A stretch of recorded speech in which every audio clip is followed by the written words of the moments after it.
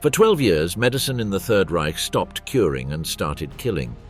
In the name of progress, healthy bodies were infected, limbs were amputated without anesthesia, people were immersed alive in ice, viruses were injected, women were forced to give birth, and then their children were murdered before their eyes. Twins were sewn together. Skulls were opened without sedatives. Vaccines were tested on rotting lungs. Seawater was drunk until death. Fevers were measured while bodies burned with malaria. They were not patients, they were prisoners, they were objects, they were Jews, gypsies, communists, homosexuals, children. The white coat replaced the uniform, the scalpel, the bullet, and knowledge, judgment. This is not a chapter of science, it is a moral autopsy. Experimenting on humans. The science of the Reich did not seek to cure, but to dominate. In the laboratories of death, where white coats walked among barbed wire and starving bodies, medicine degraded into crime. Under the banner of progress and with the backing of the absolute power of the SS, one of the most sinister pages in the history of human experimentation was carried out: the hypothermia experiments at the Dachau concentration camp.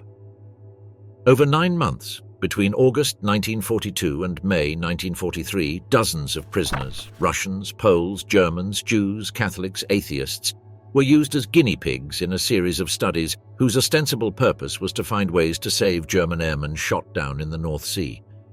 But the logic guiding these investigations was not that of science, but rather an absolute contempt for life.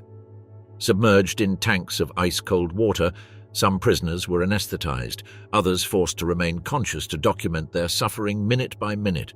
Naked or dressed in Luftwaffe uniforms, their fate depended not on the success of the investigation, but on the whim of the doctors who watched them die, stopwatch in hand. Rectal temperatures were recorded until their heartbeat ceased. Skin turned grey, lips blue, and bodies shivered until they could no longer stand it. Some were rewarmed with blankets, others with heat lamps. Some were forced to have forced sex with camp women in a grotesque attempt to induce human warmth. Others were simply left to die to see what would happen. The names behind this horror were well known. Dr. Sigmund Rascher, an ambitious doctor close to Heinrich Himmler, served as the experiment's chief scientific officer. Rascher not only directed the procedures, he also lied about his results, falsified data, and manipulated his superiors to obtain more prisoners. His scientific career was a mixture of sadism and opportunism, protected by the Reichsführer himself, who saw him as a pioneer of military medicine. Rascher's reports were signed alongside Dr. Holzlehner, a university professor, and Dr. Finke, an SS collaborator. The most comprehensive surviving document, the Dachau Comprehensive Report, dated October 21, 1942, and delivered directly to Himmler, describes the methods, temperatures, times, and physiological reactions recorded during the sessions. But it makes no mention of the screams. It does not describe how eyes were lost, how nails broke, how bodies contracted violently before becoming inert. After the war, the authors of these experiments attempted to justify their actions with the language of scientific duty. Andrew Ivy, the United States medical representative at the Nuremberg trials, dismissed them as worthless pseudoscience. Leo Alexander, a psychiatrist and consultant to the tribunal, initially believed the data were useful, but later, to his horror, recanted his opinion. Despite this, since 1984, more than 45 publications have cited the Dachau results. Some did so with reservations, others with enthusiasm. Physiologists, such as Robert Pozos, have defended their use, arguing that they could help save lives in hypothermia emergencies. Others, such as Arnold Relman, they flatly refuse to allow the inclusion of such an atrocity in serious medical literature, holding that any knowledge gleaned from a crime is, by definition, an affront to knowledge itself. The scientific community remains divided. The debate revolves not only around ethics, but also around the validity of the data. Many of the records are incomplete, inconsistent, or simply falsified. As the Allies approached Dachau, the Nazis destroyed documents, burned archives, and eliminated traces. But they couldn't erase everything. Reports, letters, affidavits, and even photographs remained. Rascher himself, in his communications with Himmler, detailed every result, every success, every number. And that cold language, devoid of humanity, became proof. Proof not of superior science, but of systematic barbarism. The origin of the experiments. The origin of the hypothermia experiment was not found in a university, nor in a laboratory, nor even in a real scientific necessity. It was an idea conceived at the top of the Third Reich among leaders obsessed with racial purity, heroic sacrifice, and the mastery of nature through the human body. The initiative came from Field Marshal Erhard Milch of the Luftwaffe, who suggested the need to find effective methods to rescue downed pilots in icy waters. The proposal was immediately approved by Heinrich Himmler, Reichsführer of the SS and absolute master of the concentration camps. But the experiment was not assigned to a medical institute or a scientific commission. It was given to one of Himmler's personal protégés. Dr. Sigmund Rascher had no credentials qualifying him to direct biomedical research of this magnitude. He was neither an expert in physiology nor a distinguished military doctor. He was, above all, a brutal and ambitious opportunist, someone willing to experiment on human flesh to rise within the Nazi apparatus. Even so, to disguise his inexperience, Himmler imposed on him the nominal collaboration of two so-called experts, Drs. Holzleuner and Finke, academics by training who agreed to participate as consultants. But they had no real power. In practice, Rascher maintained complete control of the experiment. The experts provided only sporadic supervision and were completely unaware of the methodological chaos unfolding at Dachau. 2 months after the tests began, Holzleuner and Finke withdrew. They said the investigation was over, but Rascher carried on his own, conducting another 350 torture sessions under the pretext of gathering enough material for a doctoral thesis.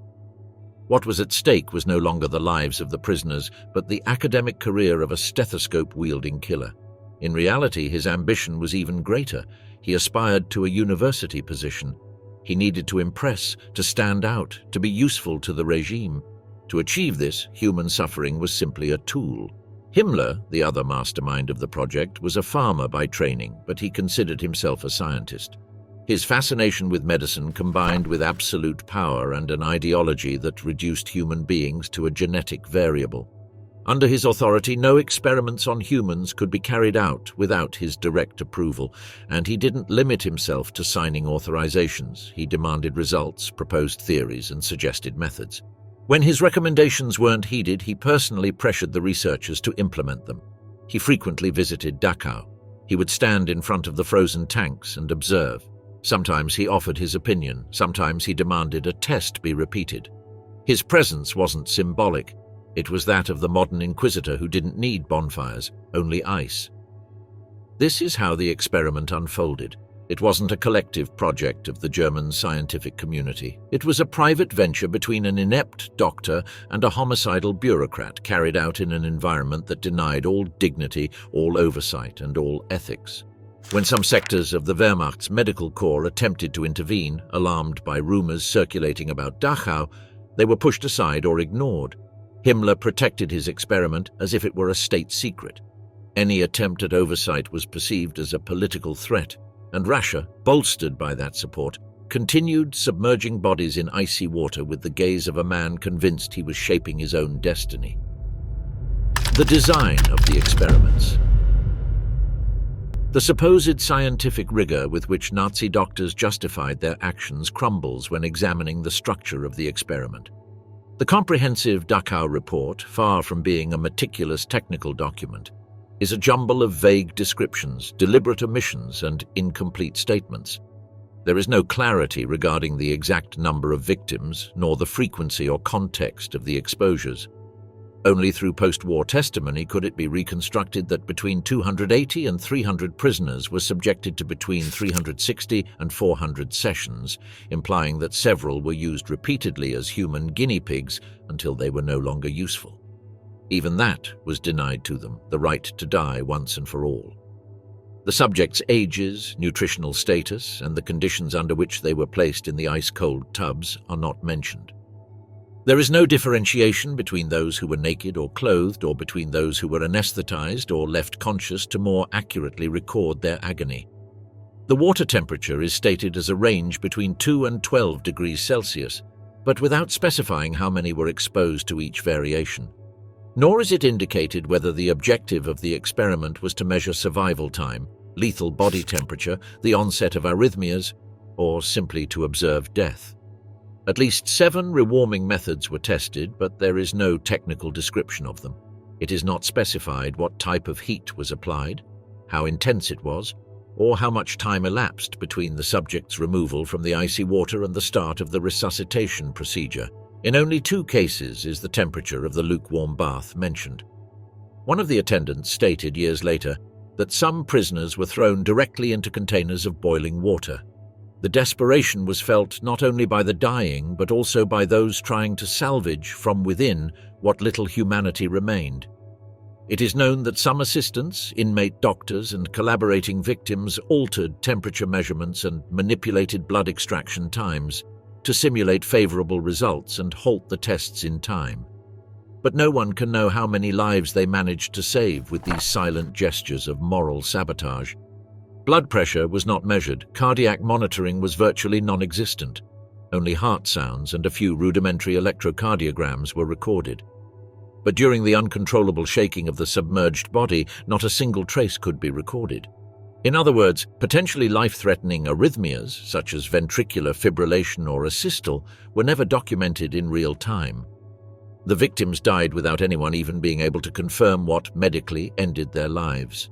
Everything essential to research, the selection of variables, the consistency of the method, the reproducibility of the data, the careful documentation of the results, is conspicuously absent. There are no reliable tables, no comparative curves, no uniform protocols, only fragments, isolated figures, conclusions drawn to please Himmler, to justify more resources, more prisoners, more time. And yet some still call this science, as if the procedure could be separated from its purpose, as if the corpse of a murderer could be dissected in search of pure knowledge. But what becomes clear when analyzing the Dachau experimental design is that it was not scientific research, but rather a covert laboratory torture. A death ritual repeated with thermometers and stopwatches, but without soul, without truth, without logic. The results presented in the comprehensive Dachau report do not stand up to serious analysis. Instead of presenting clear and replicable evidence, the document offers startling claims that contradict decades of physiological knowledge. For example, it argues that neither anesthesia nor the water temperature, which ranged from 2 to 12 degrees Celsius, affected the rate of body cooling. This claim, which completely ignores the proven effect of temperature on the human body, reveals not only profound ignorance or methodological negligence, but also a clear desire to manipulate the facts to reinforce a desired narrative. The confusion intensifies when examining the way in which cardiac arrhythmias were documented. They are described with vague terms such as slow, fast, or irregular, without using standardized medical nomenclature. Ventricular fibrillation, the leading cause of death from hypothermia, and atrial fibrillation, the most common arrhythmia in these cases, are not mentioned. The only conventional term used, atrial flutter, is incorrectly applied to a tracing that actually represents fibrillation. This clumsy interpretation of vital signs suggests either a complete lack of training in cardiac physiology or, alternatively, a homicidal indifference. The report also mentions the after-party phenomenon, the continued drop in body temperature even after the subject has been removed from the ice water, as a potential cause of death. However, the temperature charts included in the report show inconsistent results. In some cases, the after-some drop appears, others don't. There's no consistency, nor is there an explanation of the conditions under which this critical phenomenon is or isn't observed. It's not science. It's an accumulation of numbers in the service of a prefabricated conclusion. Even on the most crucial data, such as the lethal temperature threshold, the contradiction is stark. One assistant claimed that prisoners were cooled to 25 degrees Celsius. At another point, Rascher stated that all those who dropped to 28 degrees Celsius died. The main report itself changes that figure, placing the lethality rate, with few exceptions, between 26 and 27 degrees Celsius.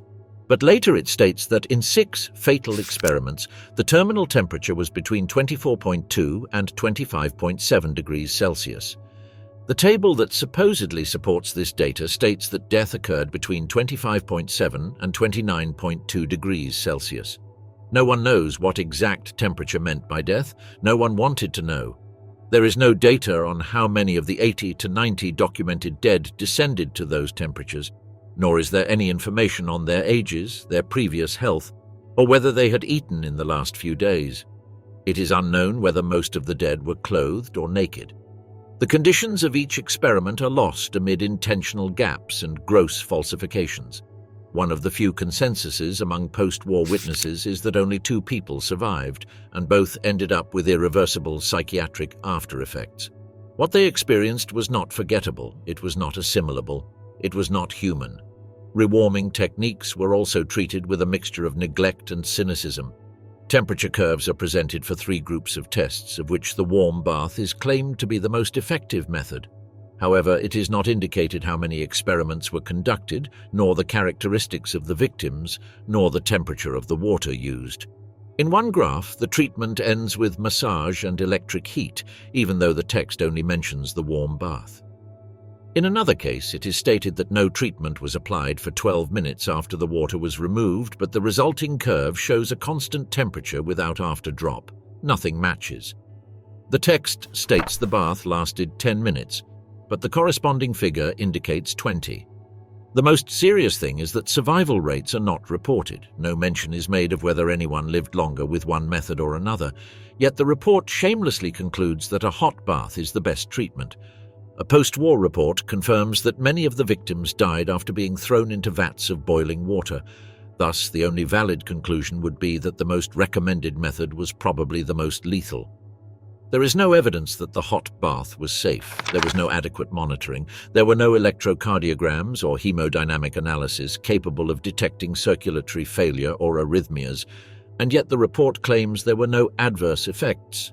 This is a scandalous claim that cannot be sustained even within the limited medical knowledge of the time.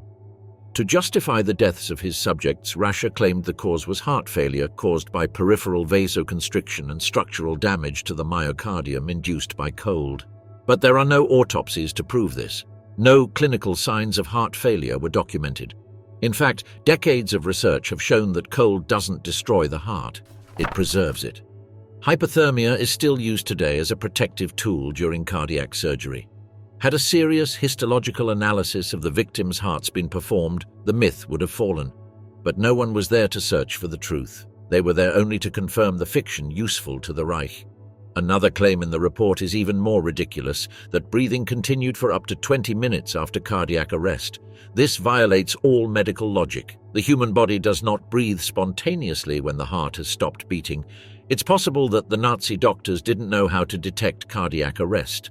Even more likely, as in many other parts of the report, they fabricated it. The farce even extends to a theory proposed by Himmler himself, that cooling is faster if ice cubes are applied to the nape of the neck and back of the skull. Rascher claimed to have tested the hypothesis and offered graphs as proof. They showed that victims died more quickly if their heads were submerged.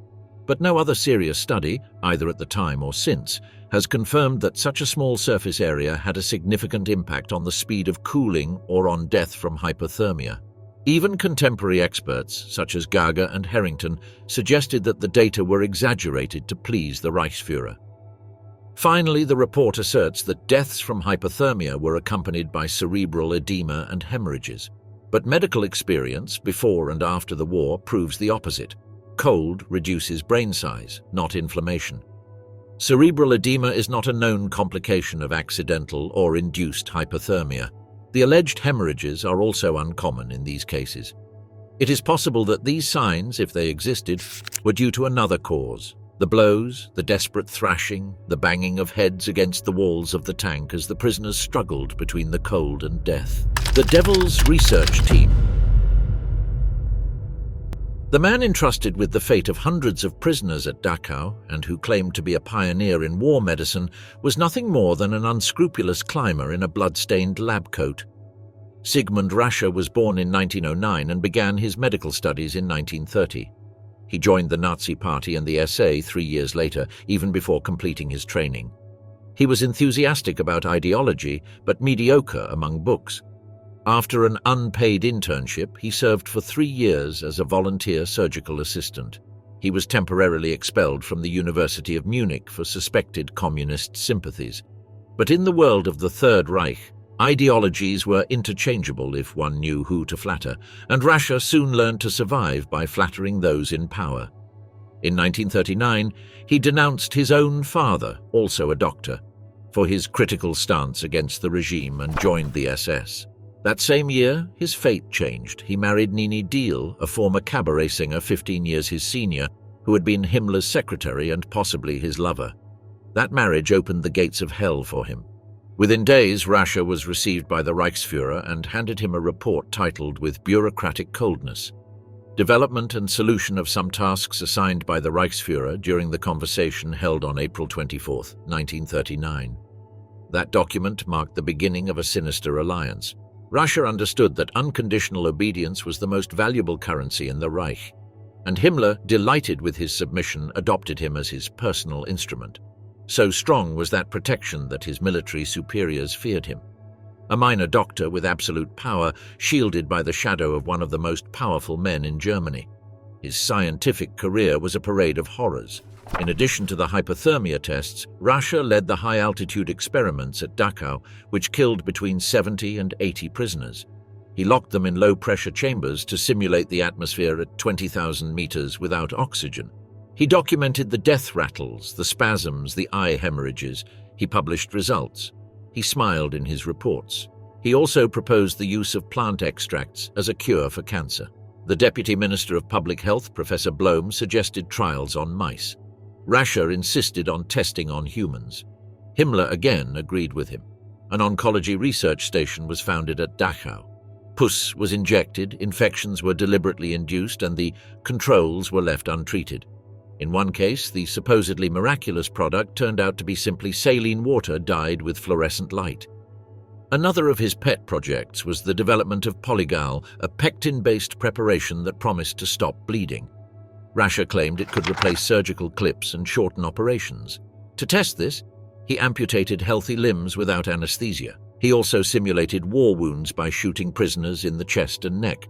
He published enthusiastic results, omitting the details, and founded a factory where the prisoners themselves produced the substance. He wanted to make it the German alternative to penicillin, which the Allies were already beginning to use. One of his prisoners testified that Rascher's obsession with Polygal was more economic than medical.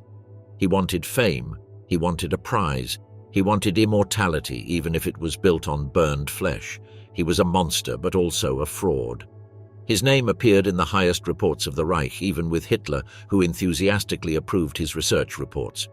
But among doctors and academics, Rascher was considered a fraud. On one occasion, Karl Gebhardt, Himmler's personal physician, told him that his report on cold exposure was so poor that if it had been presented by a student, he would have been dismissed from the class. German universities denied him professorships. And when after the war a book was published on the Third Reich's advances in aviation medicine, an entire chapter was devoted to hypothermia, without mentioning his name. While murdering in the laboratories, Rascher also engaged in a horrific trade. He collected human skin to make wallets, boots, and horse saddles. He sold them to colleagues and superiors. But the most despicable lie, the one that would seal his fate, was another. His obsession with impressing Himmler led him to pretend that his wife, already advanced in years, had miraculously given birth to 3 children. It was his way of demonstrating that the Nazi ideal of infinite fertility was possible. During the 4th pregnancy, Nini was arrested for attempting to kidnap a baby. It was discovered that the other 3 children were not his either. They had been bought or stolen. Himmler, betrayed, abandoned him. In April 1944, Rascher was arrested. He was accused of kidnapping, scientific fraud, domestic murder, and embezzlement. He fell without trial, without defense, like so many of his victims. He was executed, along with his wife, by order of the same regime that had turned him into a monster, exploiting the brains of prisoners. In the spring of 1942, the Dachau concentration camp was transformed into an aerial laboratory of horror. The Luftwaffe and the SS, united by a shared disregard for life, undertook a series of medical experiments on Polish and Soviet prisoners under the guise of advancing aviation medicine. The goal was to understand what happened to a German pilot who fell from a high altitude without oxygen. The tool, a portable pressure chamber designed by the Luftwaffe. The method, seal a man inside, lower the air pressure to simulate a free fall from over 20,000 meters and observe. Watch how the body convulses, how the lungs collapse, how the eyes burst from the pressure difference, how the blood rushes to the skull and urine mixes with blood before the heart stops. Of the 200 prisoners used, 80 died inside that steel capsule. The rest were executed afterward. There were no witnesses left. That same year, between August 1942 and May 1943, the freezing experiments began. 300 living prisoners were used. First, they were made to remain naked outdoors in winter temperatures until their bodies began to shake uncontrollably, until they fell to their knees and lost consciousness. Others were submerged in tanks of icy water between pieces of ice. The sessions lasted hours. Some survived to the point where their hearts began to fail. They were then transferred, sometimes still conscious, to another container where they were immersed in hot water, sometimes boiling. Their lungs collapsed. Their skin cracked. Many died of heat shock. This was experimental rewarming. Others were rubbed with blankets, massaged by fellow prisoners, or forced into bodily contact with naked women. Everything was acceptable. Everything was documented. Everything was repeated. In October 1942, Sigmund Rascher presented his results at a medical congress in Nuremberg. Among the attendees were Hubertus Strughold, director of the Institute of Aviation Medicine, and the Luftwaffe Surgeon General Erich Hippke. They listened without objection. They applauded.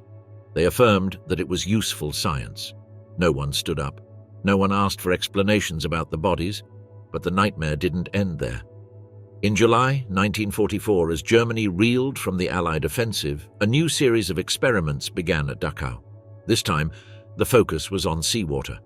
The goal, to find a method for desalinating water that would allow pilots to survive if they crashed into the ocean. The method, to force 90 Roma prisoners to drink only salt water for days. They weren't allowed to eat.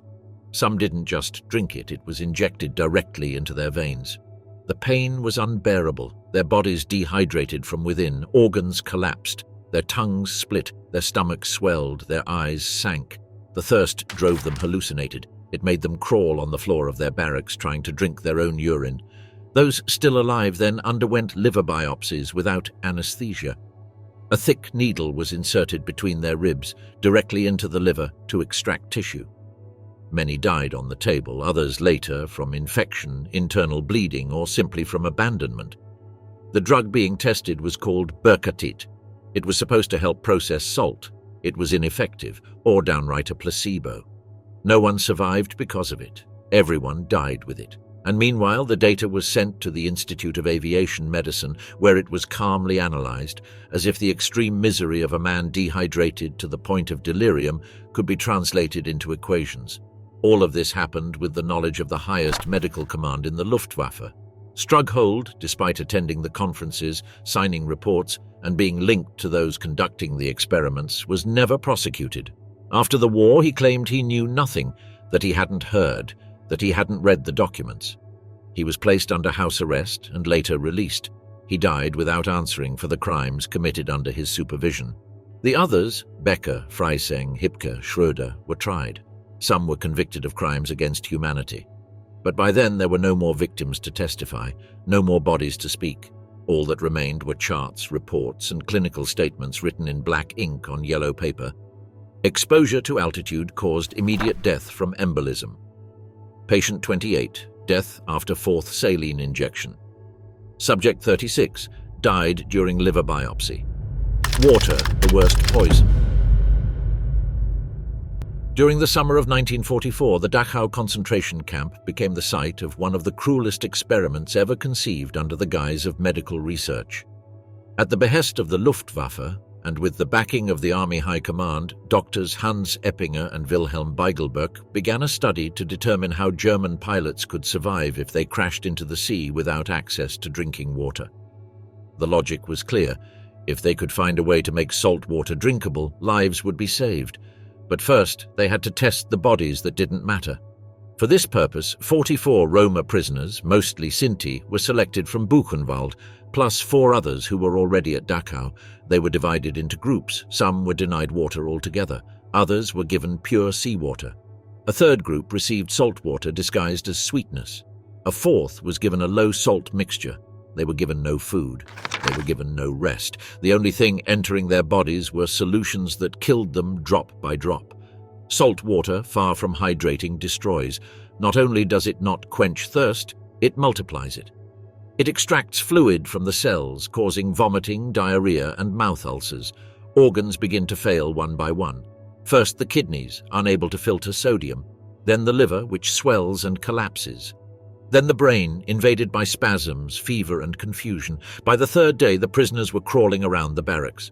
They licked the freshly mopped floors in the hope of finding a clean drop. They rummaged through old rags, cleaning buckets and mud puddles. One witness saw them open their mouths on the damp stones of the courtyard, trying to extract moisture like animals. Another described how they fought over their own urine. The pain was constant. The cramps became uncontrollable. The convulsions came without warning. Some hallucinated. They thought they saw fountains, rain, overflowing cups. Others simply screamed for water until their throats tore out. No one slept. No one survived for long. Joseph Tschofenig, a prisoner who worked in the camp's medical department, gave a vivid account of this hell. He operated the X-ray machine, accessing documents, reports, and medical records. He knew what was happening, but he could do nothing. In one of his statements, he described how prisoners forced to drink salt water could no longer eat. Their bodies rejected everything. They vomited blood, thick saliva, and foam. He remembered seeing one of them, skeletal, with cracked lips, kneeling on the tiled floor and sucking dirty water from a cleaning rag. They weren't trying to survive.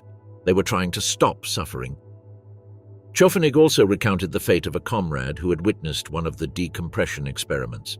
He watched from the infirmary, said nothing, and didn't intervene. But Rascher knew he had been there. He ordered him sent directly to the gas chamber. To see was a threat, to know a crime. The doctors who designed these experiments never drank the water they prescribed. They didn't taste a drop, but they measured, recorded, and compared. Eppinger claimed his results were promising. Beigelböck defended himself at his trial by claiming he had acted out of scientific duty. Behind those words was the image of a man with a tongue blackened by thirst, dry eyes, cyanotic nails, a perforated stomach, and a devastated soul. The human body needs water to live. At Dachau, it was used to kill. Infected with malaria. Between 1942 and 1945, the Dachau concentration camp was transformed into a laboratory for induced illness. The aim in its barracks was not to cure or prevent. The goal was to observe the progressive deterioration of the human body subjected to deliberate infections, as if life were a test tube with legs. One of the priorities of the Third Reich during that period was to combat malaria. Not for humanitarian reasons, but out of strategic necessity. The fronts in Africa, Eastern Europe, and the Balkans were plagued by swampy areas where mosquitoes were an invisible enemy. And since the enemy could not be annihilated, the soldier's body had to be transformed into a resilient machine. How is this achieved? With science, but not a free ethical science, but a science subject to the logic of extermination, supported by an inexhaustible supply of available victims. More than 1,200 healthy prisoners were selected for malaria experiments. Strong young men fit for work were condemned to a slow, irreversible death. They were immobilized inside special rooms where infected Anopheles mosquitoes were bred. Cages were placed over their arms, legs, even their bare torsos. The insects slowly devoured them, bite after bite, until the parasite entered their blood. Then the fever began. Their heads would explode. Their eyes would burn. Their bodies would shake with chills that lasted for hours. Their muscles would cramp. Some would become delirious, calling out names of relatives no one knew. Others would simply give up. Not everyone was treated. Some were left without medical care to compare the natural course of the disease. Others received experimental drugs, mepacrine, atabrine, chloroquine, and synthetic derivatives in increasingly higher doses. The experiment wasn't just about observing the disease, but pushing its limits. They had to see what dose was lethal, how many days of fever a body could endure, how long a heart could last before collapsing. The drugs caused diarrhea, vomiting, and hallucinations. In some cases, they were re-injected with more resistant strains to test for cross-immunity. It wasn't treatment, it was medical provocation. More than half died. and those who survived did so destroyed, with permanent neurological damage, paralysis, partial blindness, liver failure, or cognitive disorders. They weren't patients. They were guinea pigs. Dr. Klaus Schilling, responsible for these experiments, was no amateur. He had directed the Institute of Tropical Medicine in Italy and was considered one of Europe's foremost experts on infectious diseases. But at Dachau, he became a systematic killer. He didn't ask for volunteers, he demanded victims. It was said that he sent notes directly to Himmler asking for more subjects. In Nuremberg, Oswald Pohl identified him as the person responsible for the largest experiment at the camp and admitted to having protested to Himmler about Schilling's greed. Nothing changed. The flow of bodies continued. But Dachau was not the only scene of these horrors. Between 1943 and 1945, other camps such as Sachsenhausen and Natzweiler joined in the infectious experimentation. There, the target was viral hepatitis, then known as epidemic jaundice. The goal was to find a vaccine that would protect German troops from the Allied advance and the miserable sanitary conditions on the front lines. To achieve this, healthy prisoners were selected and injected directly with infected samples, sometimes intravenously, sometimes through open cuts in the skin. The vaccine was then observed. Their skin turned yellow within a few days. Their eyes turned mustard-colored. Their livers swelled to the point of deforming their abdomens. Their stools turned white, their urine dark brown. Their fevers exceeded 40 degrees. Some fell into hepatic comas. Others died in the midst of convulsions. There was no treatment. The few who survived had samples taken, biopsies performed without anesthesia, and they were forced to continue working. Once they had served, they were discarded. Some were executed. Others were simply left to die without food. The doctors conducting these experiments weren't isolated lunatics. They were officials of the Reich's military medical apparatus. They were supervised by the Heeres, Sanitätsinspection, the Army Medical Corps. In many cases, the experiments were designed in conjunction with university institutes, with the participation of professors, doctors, laboratories, and pharmaceutical companies. They were part of a chain of knowledge that refused to look into the eyes of those it destroyed. The victims weren't names. They were clinical cases. Patient A, patient B, patient who doesn't respond to treatment and is removed from the protocol. The concentration camp was the ideal environment for these crimes. There was no ethics, no press, no lawyers. No one was held accountable. No one sought consent. No one could escape. Doctors made decisions that in any other context would be called by their names: torture, murder, mutilation. At Dachau, those words didn't exist. There was the investigation. There was national necessity. There was the report that would be sent to Berlin. One of the few witnesses to survive this machinery was Joseph Chofenig, a prisoner forced to work at the Dachau medical station. He operated the X-ray machine. He had access to documents, charts, and medical records.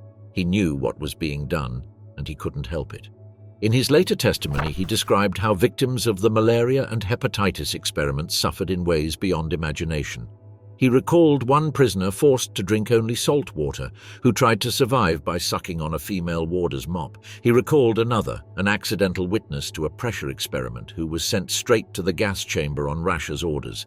Seeing was dangerous. Knowing was a crime. Years after the war, some of these studies were cited in scientific publications without mentioning their origin. Some researchers argued that the data were useful, that they had saved lives, that they contained unique information. Others denounced the infamy of such thinking. Can knowledge founded on unjustifiable pain be part of progress? Can medicine be built on corpses without history? The answer should have been obvious, but it wasn't.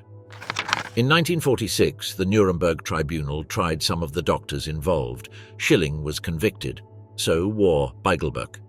Others escaped. Still others were recruited by the Allies to work on secret projects. Many of the original documents were classified. For years, the field experiments were cited without mentioning that the camps were concentration camps, that the victims were screaming, that they weren't statistics, that they weren't numbers. Today we know that many of these experiments produced no real progress, that the drugs were ineffective, that the methods were invalid, that the data was inconsistent, that the bodies were destroyed for nothing, that the deaths didn't even serve the cause that led to them.